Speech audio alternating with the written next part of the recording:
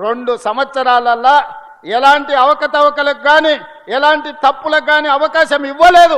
ఎలాంటి అవకతవకలకు గాని ఎలాంటి తప్పులకు గాని అవకాశం ఇవ్వలేదు. డెక్కన్ సిమెంట్స్ కి సంబంధించిన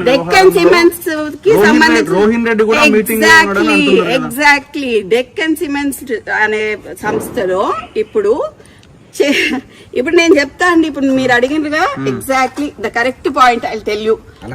ఇది సిఎంఓ నుంచి వచ్చిన సిఎంఓ నుంచి ఎవరు ఇప్పుడన్నా మీరు చెప్పిన పేరేంటిది? రోహిన్ రెడ్డి. ఆయన ఎవరు? సీఎం కి దగ్గర అదేనా పక్కన ఉంటాడా? ఆయన వచ్చి సుమంత్ ని ఏంటిది మ్యాటర్ అని అడిగాడు డెక్కన్ సిమెంట్స్ గురించి.